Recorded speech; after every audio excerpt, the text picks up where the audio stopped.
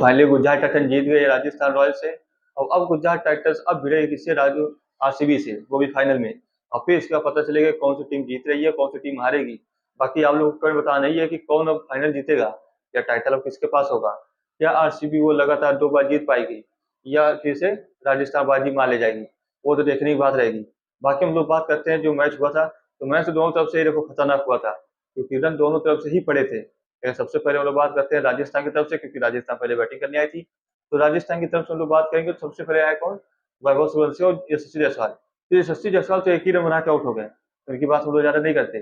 फिर इसका वैभव सूर्यवंशी और फिर इसका ध्रुव जुरेल है। तो ये दोनों लोगों ने थोड़ा सा खेला, लेकिन ध्रुव जुरेल फिर से 7 रन बना के आउट हो गए, और इनका देखो टॉप ऑर्डर इस बार फेल हो गया था।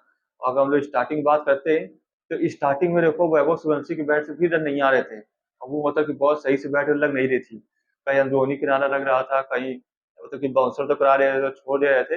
तो कल मिचोटे के साथ मतलब खेले। वो मैं क्यों कह रहा हूँ, क्योंकि जब देखो बैट में मतलब कि गेंद नहीं आई सही से, तो थोड़ा सा संभल के खेलना चाहिए, क्योंकि देखो पूरी टीम उसी के भरोसे थी। और वैभव सूर्यवंशी के ऊपर ही मतलब पूरी टीम डिपेंडेंट थी। अगर वैभव सूर्यवंशी चल जाते हैं तो 200 प्लस रन बन जाते हैं, अगर वैभव सूर्यवंशी नहीं चलते हैं तो 200 रन प्लस नहीं बनते।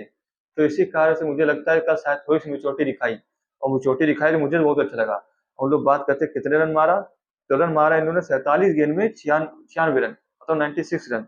और उसमें से 8 चौके 7 छक्के, 204 के स्ट्राइक रेट के साथ। तो हम तो पहली बार बता रहे थे कि ऐसा नहीं होता है कि इनके चौके ज्यादा हो छक्के कम हो, लेकिन इस बार ऐसा हुआ है कि इनके छक्के ज्यादा तो कम है, चौके ज्यादा है। तो 8 चौके और 7 छक्के। फिर इसके बाद कहते हैं ध्रुव, इसके बाद आए कौन, रविंद्र जडेजा। रविंद्र जडेजा मतलब कि पहले स्टार्टिंग में बहुत ही अच्छा खेल रहे थे। जब हम लोग बात करते हैं वैभव सूर्यवंशी से, मतलब कि ज्यादा स्ट्राइकर के साथ खेल रहे थे, लगभग 200 प्लस के स्ट्राइकर के साथ खेल रहे थे रविंद्र जडेजा। तो इन्होंने फिर क्या हुआ, फिर इसके बाद मतलब इनके हाथ शायद चोट लग गई थी या कुछ भी हो गया था, तो ये मतलब रिटायर हट हो गए थे। रिटायर हट होने के बाद ये बाहर चले गए थे, लेकिन जैसे ही बाहर चले गए उधर गुजरात टाइटंस हो गया फायदा। वो क्यों, क्योंकि उसके बाद देखो यार रियान पराग एक चौका छक्का तुम्हारा, फिर इसके बाद वो भी आउट होकर चले गए। फिर इसके बाद दशम श्रीलंका है, वो भी आउट होकर चले गए। जोपरा आर्चर आए, वो भी आउट होकर चले गए, एक छक्का तुम्हारा दिया। लेकिन दशम श्रीलंका को मुझे नहीं समझ में आया कि 9 गेंद में 3 बनाने क्या है, मतलब कुछ प्रयास ही नहीं किया मारने का। अगर प्रयास करते तो शायद तो कि 9 गेंद में शायद 20-30 से बना देते। कि हो सकता था कि 9 गेंद में अगर 20-22 से बना देते, हो सकता था कि राजस्थान जीत जाती। तो यहाँ से भी थोड़ा सा लफड़ा हो गया, वो इनको तो कि देखने की बात थी। और फिर इसके बाद जब ये भी आउट हो गए, तो फिर इसका भैया रविंद्र जडेजा को आना ही पड़ा। रविंद्र जडेजा आए भाई, उनके तो चोट लग गई थी, या तो जो भी कारण था, मतलब चोट तो लगी थी, ये तो कंफर्म था। फिर इसके बाद लेकिन क्या हुआ कि वो उतनी अच्छी फॉर्म से नहीं खेल पा रहे थे, मतलब कि जितना अच्छा होता पहले खेले थे रिटायर हट होने के पहले, उतने अच्छे फॉर्म से नहीं खेले। लेकिन फिर भी 35 गेंद में कितने रन मारा है, 45 रन मारा है। यही देखो बहुत बड़ी बात है। तो 35 गेंद 45 रन मारा, 5 चौके एक छक्के के साथ, 128 की स्ट्राइक के साथ। और बाकी अगर हम लोग बात करते हैं, किसी ने कुछ इतना खास नहीं किया। लेकिन देवन फरेरा की हम लोग बात करते हैं कि आखिरी ओवर में जो 4 छक्के मारा है, वहां से भी थोड़ा सा गेम पलटा है। पहले तो देखो लग रहा था कि 200 रन नहीं तो बना पाएंगे राजस्थान रॉयल्स वाले, लेकिन इसके बाद जब वो आखिरी के ओवर राशिद खान के ओवर में 4 छक्के लगातार मार दिए, तो फिर इसके बाद लग गया कि चलो 200 प्लस रन हो गए, अब हो सकता है कि शायद राजस्थान आराम से जीत जाए। वो क्यों, क्योंकि इस सीजन में 200 प्लस रन गुजरात टाइटन नहीं चेस कर पाई है। तो इसी कारण तो लग रहा था कि अब राजस्थान जीत जाएगी, लेकिन नहीं, उधर गुजरात टाइटंस के देखो प्लेयर हार मानने वाले नहीं है। और जैसे कि मैंने आपको बताया था पिछले वीडियो में कि सुमन गिल कभी भी बड़े मैच नहीं चलते, लेकिन ऐसा नहीं था। देखो अभी तक तो नहीं चल रहे थे, वो तो मानना पड़ेगा, ठीक है नहीं चले थे। लेकिन इस मैच देखो जरूरत थी, और 200 प्लस रन का टारगेट भी था, तो रन ज्यादा थे, ऐसी बात नहीं है कि रन ज्यादा नहीं थे। वहां पे प्रेशर भी होना चाहिए था, लेकिन नहीं। सुमन गिल और साई सुदर्शन ने बहुत ही अच्छा खेला। हम लोग बात करते हैं साई सुदर्शन ने कितने रन मारा, 32 गेंद में 58 रन मारा, बहुत ही अच्छा खेला, तो मजा आ गई। और ये लोग पावर प्ले में ही मतलब लगभग तय कर दिया था कि हम लोग जीत जाएंगे, क्योंकि शायद इनके पावर प्ले में 60-70 रन शायद हो गए थे, और ये विकेट नहीं गया था। तो इससे तो पता चल ही जाता है कितने मजबूती में ये लोग आ गए थे।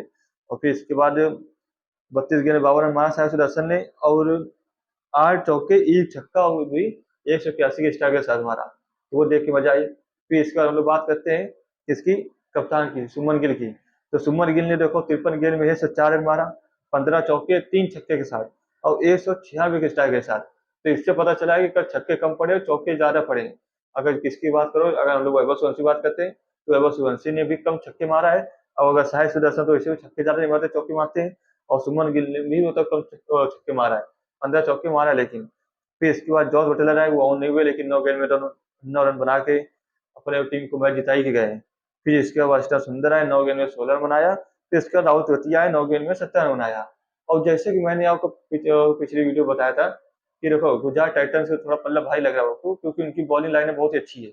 और देखो उसी कारण क्या हुआ कि और कोई ज्यादा रन नहीं बना पाया, सिर्फ वैभव सूर्यवंशी और रविंद्र जडेजा के अलावा किसी ने रन नहीं बनाया। तो इसी कारण मुझे लग रहा है कि शायद थोड़े से रन कम पड़ गए, तो इसी कारण मुझे लगता है राजस्थान हार भी गई। बाकी बैटिंग तो गुजरात टाइटंस की तरफ से तो अच्छी हुई है, वो तो बात अलग है।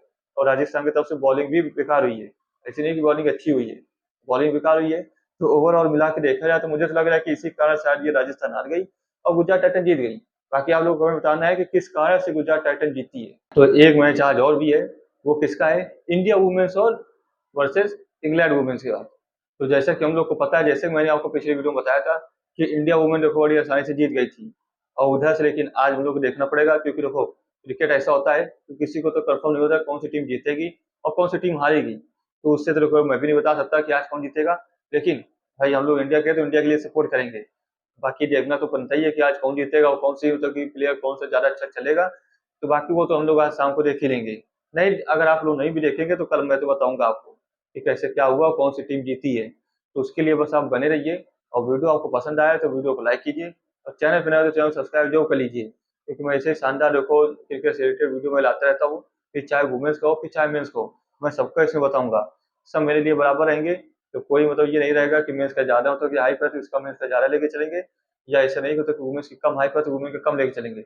दोनों इक्वल बेसिस पे लेके चलेंगे, जिसका मैच होगा मैं उसके बारे में बताऊंगा। तो बाकी चलिए, अगर पसंद आया हो तो लाइक कर लीजिए, चैनल पर नए हो चैनल सब्सक्राइब कर लीजिए। मिलते हैं कल फिर से, तब तक के लिए tata, take care, bye bye, जय हिंद।